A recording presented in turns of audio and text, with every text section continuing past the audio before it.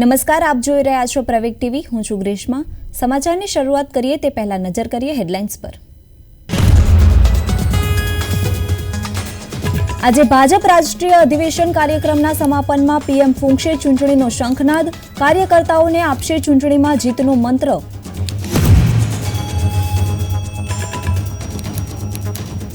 કેન્દ્ર સરકાર દ્વારા ખેડૂતોના હિતમાં કરાયો મહત્વનો નિર્ણય, મહારાષ્ટ્ર તેમજ ગુજરાતના ડુંગળી પકવતા ખેડૂતોને થશે લાભ.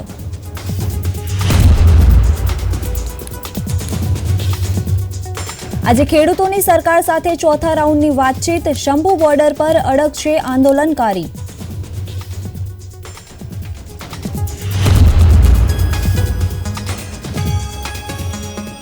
પીએમ મોદીના હસ્તે 25 ફેબ્રુઆરીએ ગુજરાતની પ્રથમ રાજકોટ એમ્સનું લોકાર્પણ, ખૂબ જ નજીવા દરે દર્દીઓને મળશે સારવાર.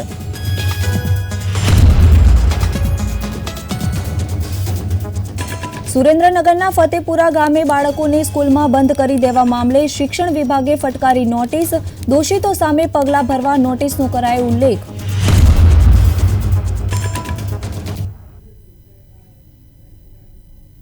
આજે ભાજપ રાષ્ટ્રીય અધિવેશનના કાર્યક્રમમાં અમિત શાહ સંબોધન આપી રહ્યા છે. જોઈશું લાઈવ. पार्टी इस स्टेटमेंट से कन्नी भी नहीं काटती है, ये बताता है कि कांग्रेस पार्टी इसका समर्थन करती.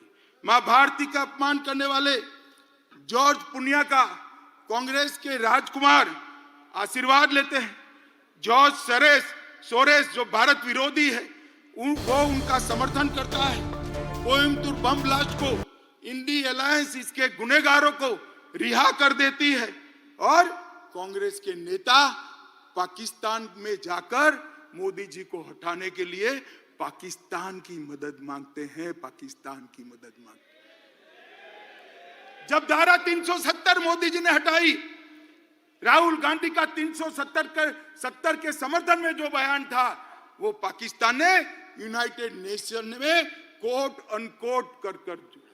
शर्म करो कांग्रेसी. आपके देश के खिलाफ आप विदेश में जाकर बोलते हो. देश के प्रधानमंत्री, देश की संसद, देश के लोकतंत्र की निंदा विदेश में जाकर करते हो और धारा 370 जैसी महत्वपूर्ण चीज को आपने पाकिस्तान को यूएन में हथियार देकर देशद्रोह का एक उदाहरण सेट किया है मित्रों.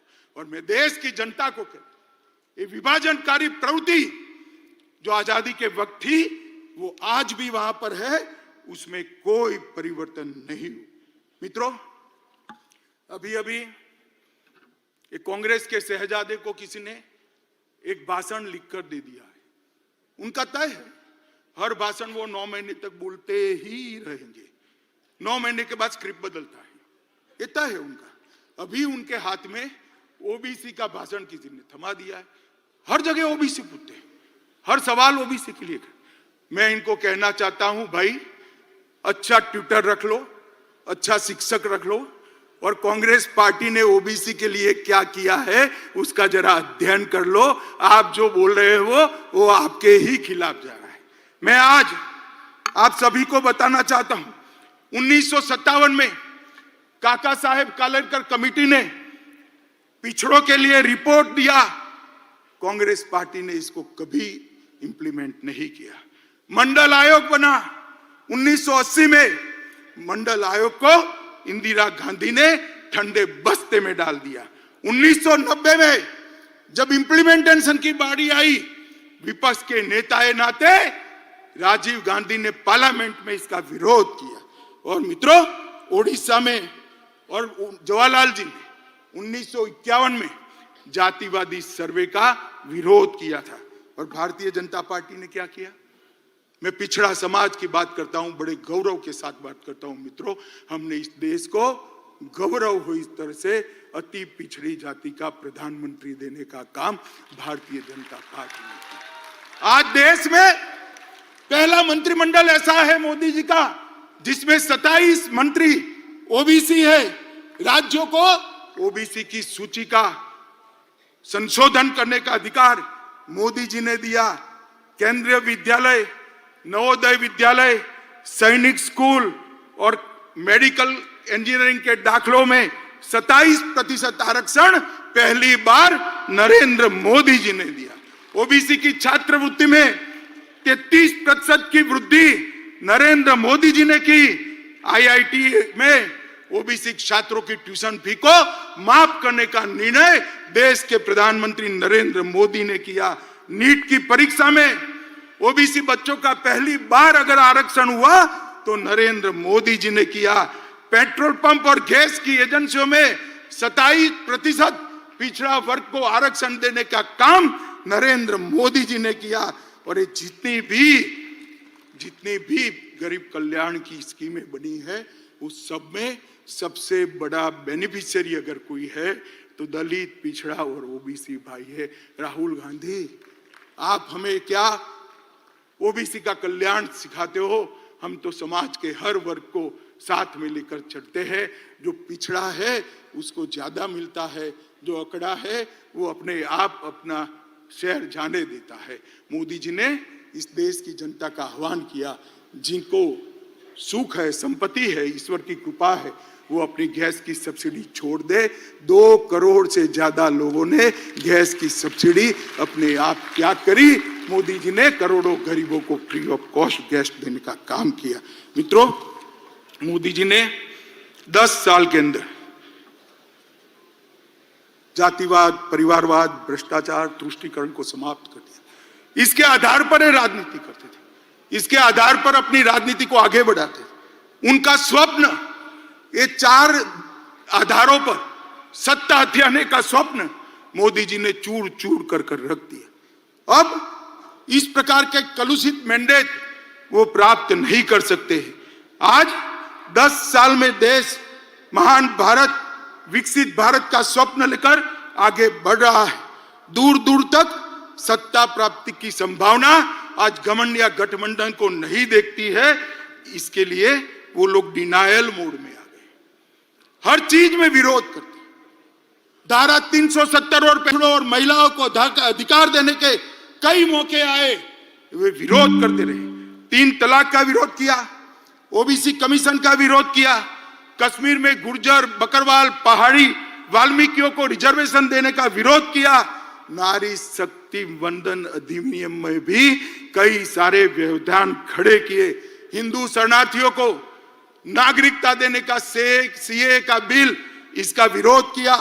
एक देश एक टैक्स, जीएसटी का विरोध किया। दलित को राष्ट्रपति बनाना, आदिवासी को राष्ट्रपति बनाना आपने आम सहमति नहीं होने दी। सर्जिकल स्ट्राइक और एयर स्ट्राइक कर मोदी जी ने भारत की सेना के पराक्रम को पूरी दुनिया में प्रस्तावित, आतंकवाद के सामने एक कड़ा मैसेज दिया। आपने उस वक्त भी, राहुल बाबा, आपने उस वक्त भी देश से साक्ष्य मांगे थे। शर्म करो, शर्म करो, सेना के जवान की शहादत पर आप साक्ष्य मांगते हो। मित्रों, भारत ने वैक्सीन का निर्माण किया। 100 से ज्यादा देशों में हमारा वैक्सीन गया। वैक्सीन के माध्यम से आज 140 करोड़ का देश कोरोना से सुरक्षित हुआ। उसको भी मोदी वैक्सीन कर आपने बदनाम करने का प्रयास किया। मगर देश की जनता ने भी, आज भी कोई वैक्सीन लेने जाता है तो कहता है मोदी वैक्सीन दे दो भाई, मेरी इम्यूनिटी खत्म हो गई। Digital economy, direct benefit transfer, इसका विरोध किया। नई संसद बनाई। इतनी भव्य संसद देखकर आज पूरी देश की जनता पुलकित है, गौरवान्वित है। इसका भी आपने विरोध किया। कर्तव्य पथ बना, आपको राजपथ नाम अच्छा लगता था, कर्तव्य पथ का भी विरोध किया। भारत मंडपम में कोर्ट से उसको रोकने का प्रयास किया। यशोभूमि को भी रोकने का प्रयास किया। डाटा प्रोटेक्शन का विजनरी बिल, इसका भी विरोध किया। और अंत में रामलल्ला की प्राण प्रतिष्ठा का भी आपने विरोध किया। मित्रों, एक कांग्रेस डिनायल मोड में आ चुकी है। पूरे देश की जनता को मैं कहना चाहता हूं, 5 साल का पार्लियामेंट के अंदर कांग्रेस का हिसाब किताब निकालिए। इन्होंने पार्लियामेंट के अंदर शोर शराबे और बहिष्कार के अलावा कुछ नहीं किया। हम भी विपक्ष में रहे, 10 साल तक बैठे, आगे पूरा जीवन विपक्ष में। हम रचनात्मक विपक्ष की भूमिका निभाते, अच्छा है उसका समर्थन करते थे और आपके भ्रष्टाचार को भी हमने उजागर किया, मगर आपने क्योंकि भ्रष्टाचार है नहीं, बाहर जाना ही उचित समझा। मित्रों, इंडिया अलायंस अहंकार से युक्त है, वो सहन ही नहीं कर सकते, वो ऐसा मानते हैं कि देश का प्रधानमंत्री वो ही बन सकता है जो बड़े परिवारों से आता है, वो सहन नहीं कर सकते एक गरीब मां का बेटा आज देश का प्रधानमंत्री बनकर देश को चला रहा है। ये अहंकार उनको भारतीय जनता पार्टी के खिलाफ खड़े, ये परिवारवादी राजकुमार सारे के सारे इकट्ठा होकर हमारा विरोध कर रहे। मोदी जी ने 40 से ज्यादा नीतियां बनाकर इस देश को नीतियों के आधार पर चलाने का काम किया। मैं पूरी सूची बोलना नहीं चाहता मित्रों, पॉलिसी पैरालिसिस हो गया ऐसी पूरी दुनिया मनमोहन सिंह सरकार को कहती थी। आज मोदी सरकार ने हर क्षेत्र की 40 से ज्यादा पॉलिसी बनाकर पॉलिसी के आधार पर शासन कैसा हो सकता है उसका उदाहरण पूरी दुनिया में रखने का काम नरेंद्र मोदी जी ने किया। और मित्रों,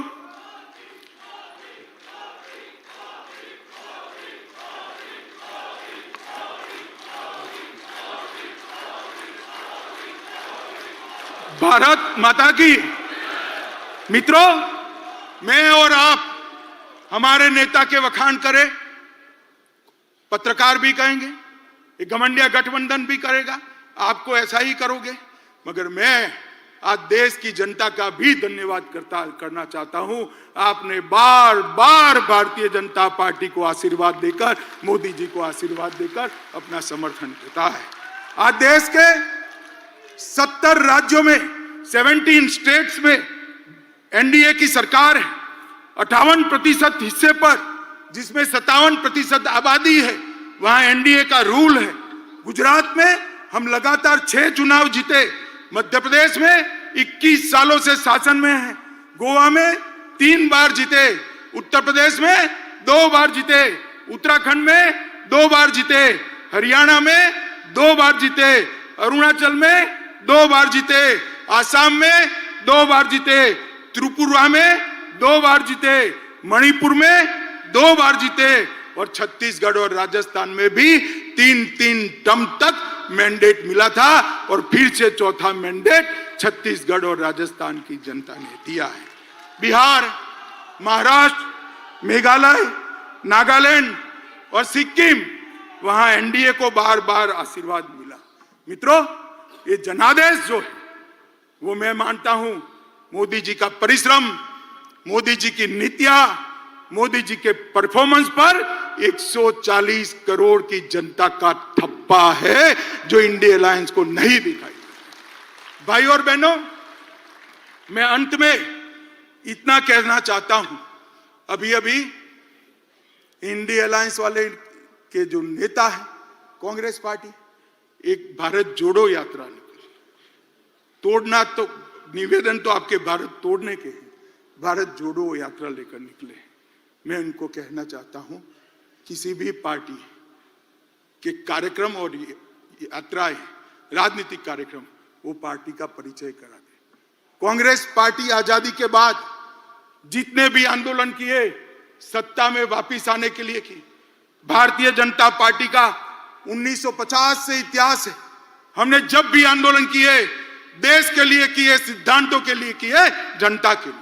सबसे पहले जम्मू कश्मीर के लिए श्यामा प्रसाद मुखर्जी शहीद हुए, हमने 370 हटाने का आंदोलन किया।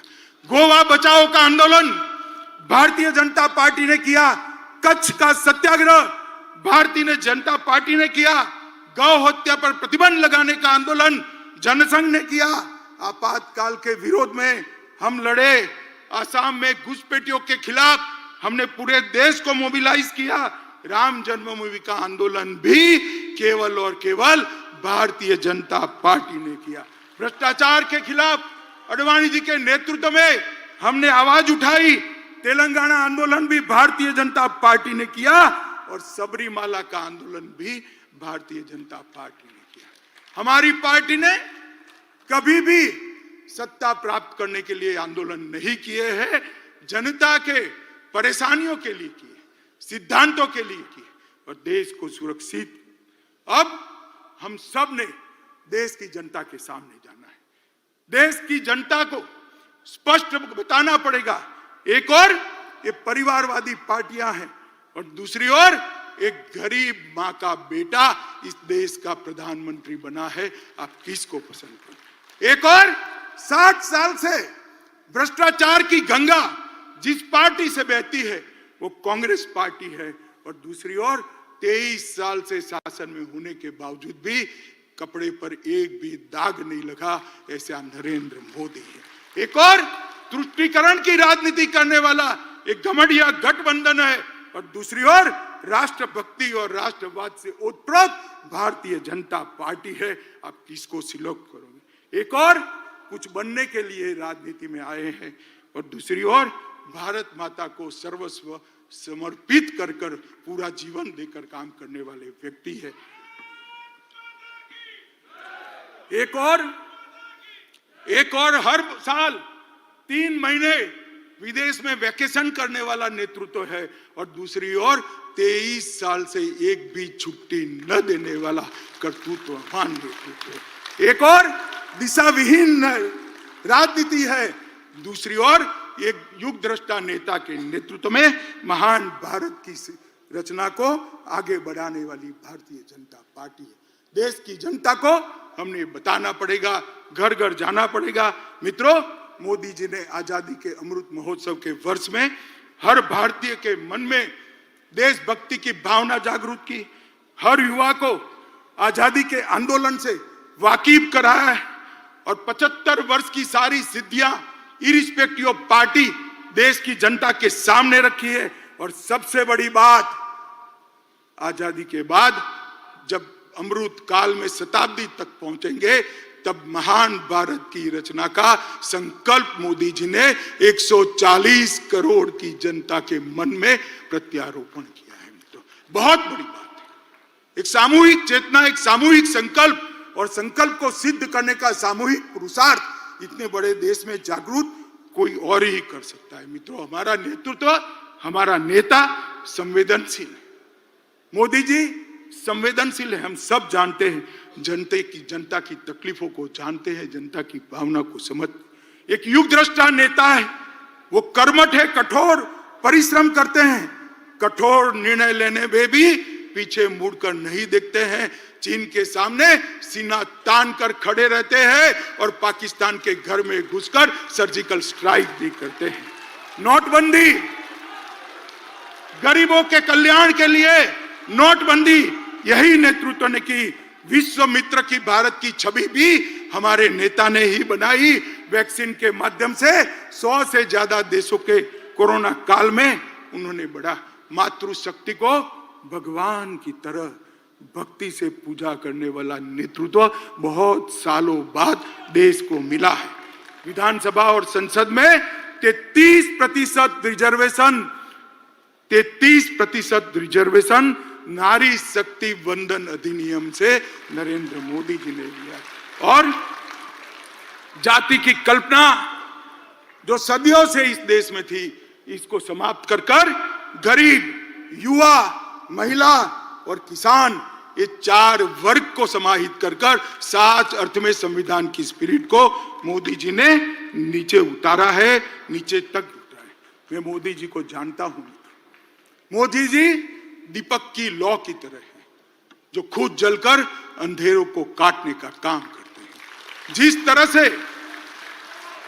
तरह से दीपक की लौ कभी नीचे नहीं जा सकती, उस तरह से मोदी जी का काम और विचार भी ऊर्ध्व गति वाले हैं, वो कभी नीचे की ओर नहीं आ सकते। और मुझे विश्वास है कि मोदी जी के ये ऊर्ध्व गति वाली सोच, ऊर्ध्व गति वाली कर्मठता और ऊर्ध्व गति वाले परिश्रम से ही ये देश 2047 में महान भारत बनेगा, विकसित भारत बनेगा और पूरी दुनिया गौरव से देखती रहेगी भारत माता की जलहल होती हुई छवि को और सम्मान करेगी। एक और मैंडेट देश की जनता के सामने बड़ी विनम्रता के साथ मांगे कि हमारा उद्देश्य केवल और केवल 140 करोड़ की जनता की सेवा करना है और देश को महान करना है, और वो केवल और केवल नरेंद्र मोदी जी कर सकते हैं और कोई नहीं सकता। मित्रों, इस प्रस्ताव को आप सभी लोग पूरे देश में लेकर घर घर जाएंगे, ऐसा मुझे विश्वास है। अंत में फिर से एक बार दोनों हाथ उठाकर प्रचंड आवाज के साथ भारत मां का जयकारा लगाएंगे। बोले भारत माता की, भारत माता की, ભારત માતા કી। કેન્દ્ર સરકાર દ્વારા ડુંગળીની નિકાસને ફરી મંજૂરી આપવામાં આવી છે, જેમાં મહારાષ્ટ્ર તેમજ ગુજરાતના ડુંગળી પકવતા ખેડૂતોને લાભ થશે। 3 લાખ મેટ્રિક ટન ડુંગળીની નિકાસને મંજૂરી આપવામાં આવી છે, જ્યારે બાંગ્લાદેશમાં 50,000 મેટ્રિક ટન ડુંગળીની નિકાસને મંજૂરી આપવામાં આવી છે। કેન્દ્રીય ગૃહમંત્રી અમિત શાહ, મનસુખ માંડવિયાની હાજરીમાં મળેલી મિનિસ્ટર્સ કમિટીમાં આ નિર્ણય લેવામાં આવ્યો છે। તમને જણાવી દઈએ કે ડુંગળીની નિકાસ પર પ્રતિબંધને લઈ ખેડૂતોને પોષણક્ષમ ભાવ ન મળતા દેશભરમાં ખેડૂતોએ વિરોધ કર્યો હતો। સુરેન્દ્રનગર જિલ્લાના ધ્રાંગધ્રા તાલુકા હરિપર પાસે અમદાવાદ કચ્છ હાઈવે ઉપર મોડી રાત્રે અકસ્માત સર્જાયો હતો। આ ઘટનામાં ઇકો કાર પલટી ખાઈ જતા અકસ્માત સર્જાયો હતો। ઇકો કારમાં 4 લોકોના ઘટના સ્થળે મોત થયા છે, જ્યારે અન્ય એક વ્યક્તિનો આબાદ બચાવ થયો હતો।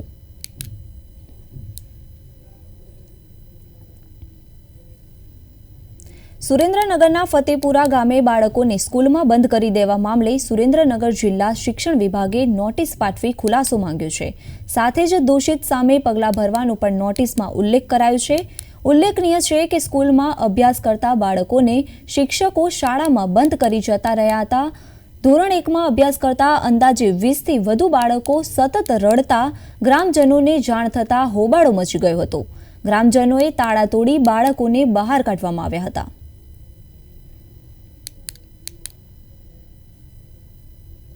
ગુજરાતની પ્રથમ એમ્સનું આગામી 25 ફેબ્રુઆરીના રોજ વડાપ્રધાનના હસ્તે લોકાર્પણ થશે।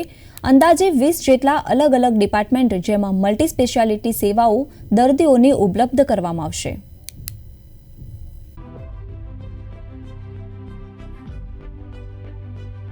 આગામી 25 ફેબ્રુઆરીના રોજ રાજ્યની એકમાત્ર રાજકોટ એમ્સના આઈપીડી વિભાગનું પીએમ મોદી લોકાર્પણ કરવાના છે। ત્યારે હાલ એમ્સ ખાતે તડામાર તૈયારીઓ શરૂ છે।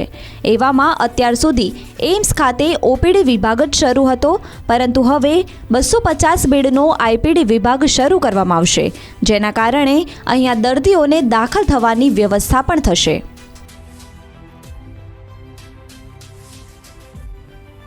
ये हमारे लिए बहुत ही खुशी की बात है कि एम्स राजकोट ने 250 बेड मरीजों के लिए ऑलमोस्ट पूरी तरह तैयार कर लिए हैं, और जल्दी ही हमारा सौभाग्य होगा कि हमारे माननीय प्रधानमंत्री जी इसका लोकार्पण करें, ताकि मरीजों को ये सुविधाएं मिलने हम मुहैया करा सकें।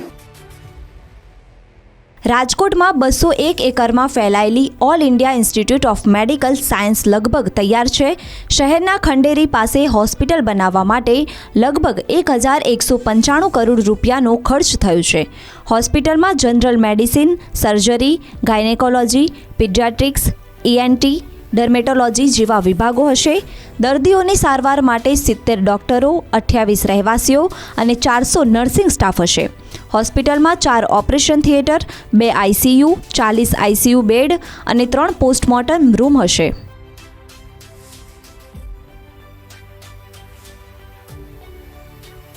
भारत सरकार का प्रोजेक्ट आ गया है। अभी इससे क्या होगा कि भी जो पेशेंट है, अलग अलग बीमारियों के जो मरीज हैं, उनको भी अच्छा यहाँ पे ट्रीटमेंट होगा। गांव के लिए धंधा रोजगार सब मिला के हमारे लिए तो ये खुशी है कि भाई अभी वो भारत के हमारे माननीय श्री बड़ा प्रधान जी आ रहे हैं।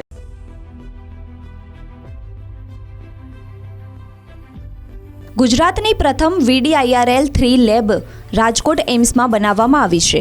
માઇક્રોબાયોલોજી વિભાગની લેબમાં નવા રોગો અને વાયરસ પર સંશોધન હાથ ધરવામાં આવશે। એર એમ્બ્યુલન્સ માટે હેલિપેડ બનાવવામાં આવ્યું છે, જેથી દેશના કોઈપણ ભાગમાંથી દર્દીઓને સરળતાથી અહીં લાવી શકાય। AIIMSએ કટોકટીની પરિસ્થિતિઓમાં દવાઓ પહોંચાડવા માટે ડ્રોન ઓપરેટર્સ સાથે જોડાણ કર્યું છે। ડ્રોન સેવા 40 કિલોમીટરની ત્રિજ્યામાં હશે. ડ્રોન દ્વારા દવાઓ પહોંચાડવાનો પ્રયોગ સફળ રહ્યો છે.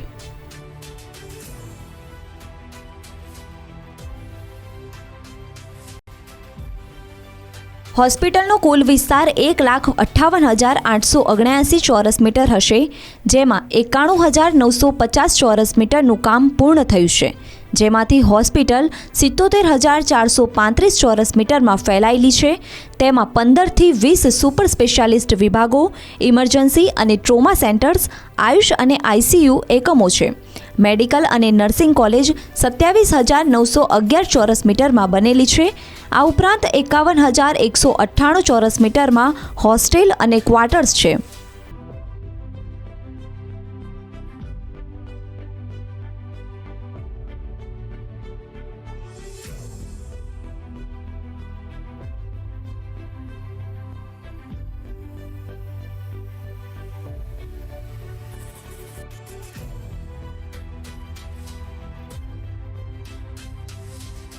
એમ્સમાં ખૂબ નજીવા દરેક દર્દીઓને તમામ પ્રકારની સુવિધાઓ આપવામાં આવશે.